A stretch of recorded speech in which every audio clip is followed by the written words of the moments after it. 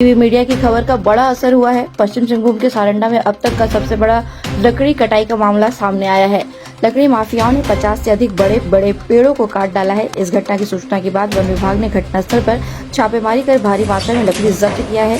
2 Hyva और 1 camper में लकड़ी जब्त की गई है। बताया गया कि इतनी ही मात्रा में अभी भी घटनास्थल पर और लकड़ी पड़ी हुई है, जिसकी कीमत 50 लाख से 1 करोड़ तक जा सकती है। मालूम है कि टीवी मीडिया ने कुछ दिन पहले सारंडा में चल रही लकड़ी कटाई के मामले को लेकर खबर पोस्ट की थी। उसी खबर का असर हुआ है कि वन विभाग ने छापेमारी कर भारी मात्रा में लकड़ी जब्त किया है। वर्ष 1927 में सारंडा के गोवा वन क्षेत्र में रेंजर की स्थापना के बाद सारंडा में यह अब तक का सबसे बड़ा लकड़ी की कटाई का मामला है।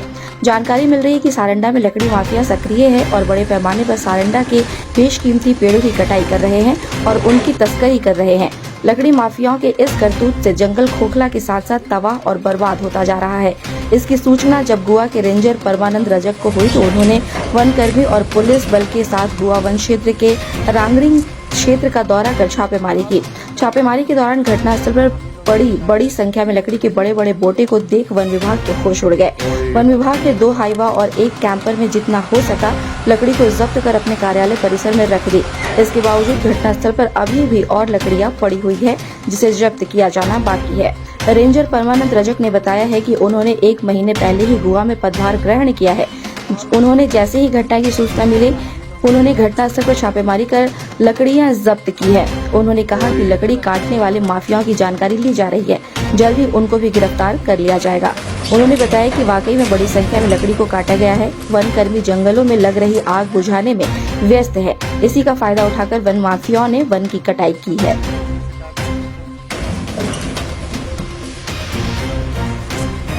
मैं भी मध्य मार्च में मैं ज्वाइन किया यहाँ।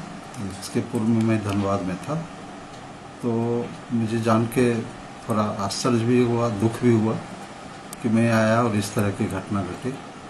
तो जो घटना घटी वो लगभग पुराना नया मिला के सब हमने जो कल जांच किया, परसों भी जांच किया, अप्रोक्सीमेट 50 साल ट्री का अवैध फेलिंग पाया। उसका लगभग 75% हमने रिकवरी भी कर लिया है। और जो इसमें शामिल है अपराधी, उसके खिलाफ लोग सख्त कार्रवाई करने जा रहे हैं और आशा करते हैं कि आपको विश्वास भी दिलाते हैं कि आगे भविष्य में इस तरह की घटना नहीं घटेगी। चूँकि अभी आग का सीजन है तो सभी स्टाफ जंगल में आग बुझाने में भी व्यस्त रहते हैं, तो हमको लगता है शायद अपराधी को यह ज्ञात हो गया कि सब आग बुझाने में व्यस्त है, तो इसी कारण वो लोग जो है इस तरह का अवैध फेलिंग किया है। क्या सर ये नहीं लगता कि एक गार्ड पे बहुत ज़्यादा अतिरिक्त भार हो जाता है, जैसे कि आग बुझाने का कार्य हो, चाहे ठेकेदारी करना हो, चाहे फिर जंगल की रखवाली करना हो, जानवरों की रखवाली करना हो, ये अतिरिक्त भार नहीं हो जाता होगा? हाँ, अभी यहाँ जो स्ट्रेंथ था उसके हिसाब से यहाँ स्टाफ कम है। अभी 3 यहाँ से वनरक्षी ट्रेनिंग में चले गए हैं। वो 20-22 अप्रैल तक उम्मीद है कि यहाँ फिर वापस आफ्टर ट्रेनिंग ज्वाइन कर लेंगे। तो हमारा काम जो है एडमिनिस्ट्रेशन पॉइंट ऑफ व्यू से या डेवलपमेंट जो भी हो सब सुचारू ढंग से चलेगा।